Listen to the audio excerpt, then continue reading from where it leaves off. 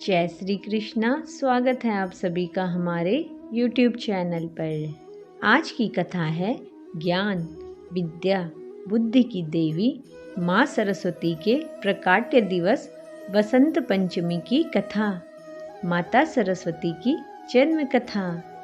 पौराणिक कथा के अनुसार सृष्टि के प्रारंभिक काल में जब भगवान ब्रह्मा को भगवान विष्णु ने पृथ्वी के निर्माण का आदेश दिया था, तो भगवान विष्णु के आदेशानुसार भगवान ब्रह्मा ने सृष्टि व इस पृथ्वी का निर्माण किया। उन्होंने पृथ्वी में समुद्र, नदियाँ, पहाड़, जीव जंतु, पेड़ पौधे इत्यादि सभी चीज़ों का निर्माण कर दिया। अपने द्वारा पृथ्वी का निर्माण किए जाने के पश्चात जब भगवान ब्रह्मा ने उसे देखा तो उन्हें अपनी बनाई रचना में कुछ कमी लगी। पृथ्वी दिखने में तो बहुत सुंदर थी, लेकिन चारों ओर केवल मौन व उदासी छाई थी। कहीं कोई ध्वनि व संवाद नहीं था। सब सूना सूना सा प्रतीत हो रहा था। कहने का तात्पर्य यह हुआ कि पृथ्वी में कहीं भी कोई ध्वनि या संगीत नहीं थी, जिस कारण पक्षियों के चहचहाने, नदियों के बहने, हवा की सरसराहट इत्यादि कुछ भी सुनाई नहीं पड़ रहा था। यह देखकर भगवान ब्रह्मा अपनी रचना पर अत्यंत दुखी हो गए और इसका उपाय निकालने भगवान विष्णु के पास गए। दुखी मन से भगवान ब्रह्मा विष्णु लोक पहुँचे और उनके सामने अपनी समस्या रखी।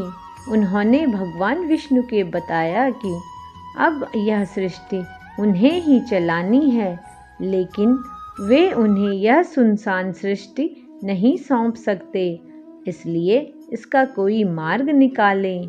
भगवान विष्णु ब्रह्मा जी की चिंता का कारण समझ गए। भगवान विष्णु जानते थे कि किसी भी चीज को पूर्ण केवल पुरुषत्व नहीं कर सकता और उसमें स्त्रीत्व का होना अति आवश्यक है। भगवान विष्णु से अनुमति लेकर ब्रह्मा जी ने अपने कमंडल से जल छिड़का। पृथ्वी पर जल कण बिखरते ही उसमें कंपन होने लगी। इसके बाद एक चतुर्भुजी स्त्री के रूप में अद्भुत शक्ति का प्रकाट्य हुआ, जिसके एक हाथ में वीणा तथा दूसरा हाथ वर मुद्रा में था। अन्य दोनों हाथों में पुस्तक और माला थी। ब्रह्मा जी ने देवी से वीणा बजाने का अनुरोध किया। जैसे ही देवी ने वीणा का मधुर नाद किया, संसार के समस्त जीव जंतुओं को वाणी प्राप्त हो गई। जलधारा में कोलाहल व्याप्त हो गया व पवन चलने से सरसराहट होने लगी। तब ब्रह्मा जी ने उस देवी को वाणी की देवी सरस्वती कहा। सरस्वती को बागीश्वरी, भगवती, शारदा, वीणा वादिनी और बाग देवी सहित अनेक नामों से पूजा जाता है। ये विद्या और बुद्धि की प्रदाता हैं। संगीत की उत्पत्ति करने के कारण ये संगीत की देवी कहलाती हैं। इसी के साथ उन्होंने विश्व के सभी प्राणियों व जीव जंतुओं की प्रजातियों में उनकी क्षमता के अनुसार विद्या का विकास किया। माँ सरस्वती के प्रभाव के कारण ही हर जीव के अंदर विभिन्न कार्यों को करने की दक्षता थी व सभी में उसी अनुसार अलग अलग कौशल विकसित हुआ।